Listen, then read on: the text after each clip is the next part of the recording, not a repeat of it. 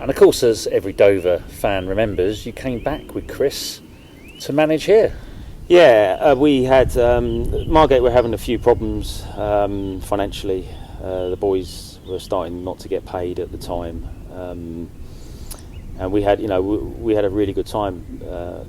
Chris and myself, with obviously Kev Rain, who's still here helping me today. We again, same sort of ethos. We created a really good spirit amongst boys that weren't necessarily the most talented, but I think we were about third at the time. We'd had a boy that Chris knew from the past, Kwasi Apaya, and we sold him to Crystal Palace for 50,000. But unfortunately, the time come where we couldn't really continue there, and fortunate for us, Dover were going through a bit of a sticky patch. We had the call, would we come back, and we met Jim, and we come back around about the Christmas period. I know I can remember it vividly because I missed the first game because I was having a back operation, and that was the start of that. And I actually remember the first game where I wasn't here was against Truro, and I remember Chris ringing me after my operation, seeing how I was, and saying to me, there's a centre forward down Truro that I really like, and it was Kiefer Moore, and we Chris spotted it from a mile away straight away, and we spent that week trying to sign him, but he went to Forest Green instead.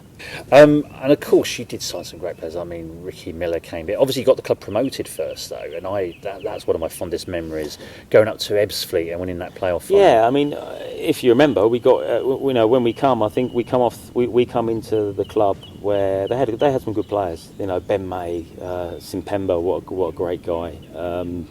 Callum Willock up front. They had some good players here, but they'd come off the back of 5 losses. But in typical Chris style, most managers come in and want get your own players in. Chris took everyone, like he did throughout. He wasn't bothered. He wasn't worried they weren't his players. Mitch Walker wasn't Chris's player. He didn't sign him, but he gave everyone a chance, and we managed to sort of get them back up, and we managed to sneak in the playoffs. Unfortunately, losing out to Salisbury that season, and then that was the season where lots of Steve obviously went off to Ebbsfleet, took a lot of the boys, so that was a total rebuild.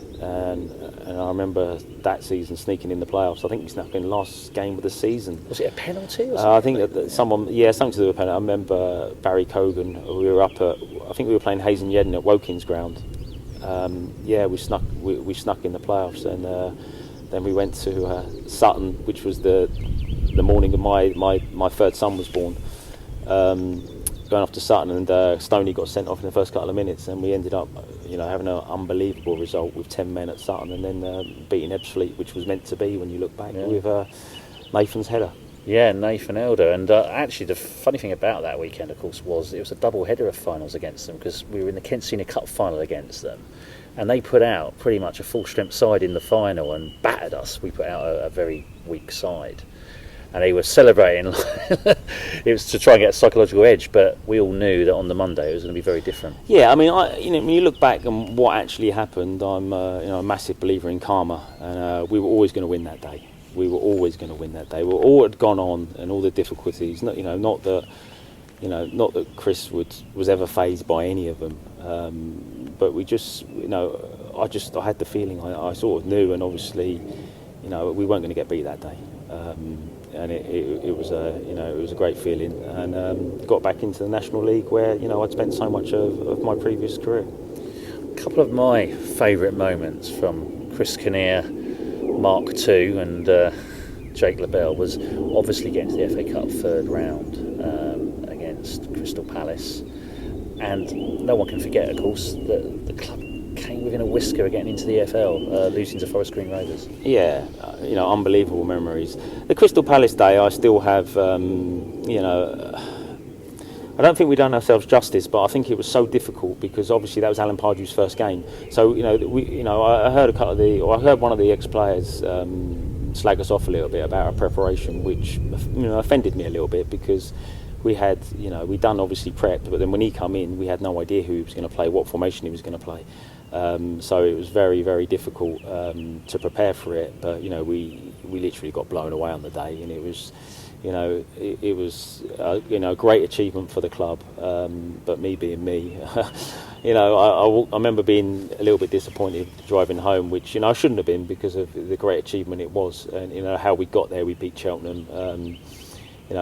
Brilliant memories, and to get a Premier League side down here will never be forgotten. Yeah, I mean Cheltenham were a hell of a side then, and to beat them away from home. Yeah, exactly. Chris knew how to win games. I remember going to Tranmere, Chesterfield, all these sort of clubs, and beating them. And I think that's where a lot of the frustration at the minute comes from. It's that fans remember them days and think that's where we should be. When reality is, we were punching miles above where we should have been. But once you've had them memories as a fan, that's where as a manager, as a player, that's where you want to be. But yeah, looking back, unbelievable memories. And of course, as I say, the EFL chance with Forest Green Rovers. Just give us your recollections of that. Yeah, we'd had another brilliant season. Obviously, we were the only part-time side up there amongst the full-time boys. We were confident. We were confident going into it, and I think we done well. We were a whisker away. I think we hit the bar late on.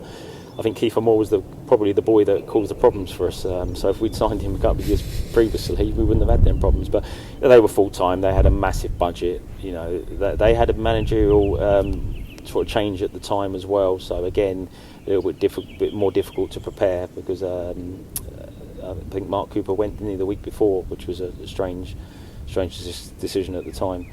It was always the chairman's dream. It was mine and Chris's dream to take Dover in the Football League, and we got so close. And to do that part time, again looking back, is just phenomenal. And of course, during that era, I mean, Chris always had an eye for a good player, and he could get the best out of players that perhaps weren't doing it elsewhere. And Ricky Miller, of course, is the biggest example of that. Yeah, I mean, Chris, throughout his whole career done that, and it was getting the best out of the individual. He's a school teacher, he's a school teacher in East London, East London, isn't he? So that's what he's done all his life, and that's along with obviously spotting a talent. That's his massive strength, and man management is massive, obviously. Yeah, the Ricky story come about. He was with Luton with John Steele, and obviously I was. Stayed in contact with John Steele, and when we went up from the South to the National League, we stayed loyal to the lads that had got us up there, and we soon realised quite early on we were a little bit short. So we called on a few favours, and I remember the conversation with John saying, have you got anyone? I remember we got in Bonner from Cambridge, Solomon from Luton, and Ricky Miller, but. We were very fortunate to get Ricky Miller. It was only supposed to be for a very short period of time. He had personal issues going on at the time, and I think he was struggling a little bit. And I think it worked out brilliant for both of us, really. That he had an amazing time down here, absolutely amazing time. Got all them goals, and so close to getting us in the Football League. Along with Stephen Payne and Ricky Modeste and Nicky Deverdix. And obviously we had Raggett for a period. It wasn't just Ricky. It was it was a really good, strong group.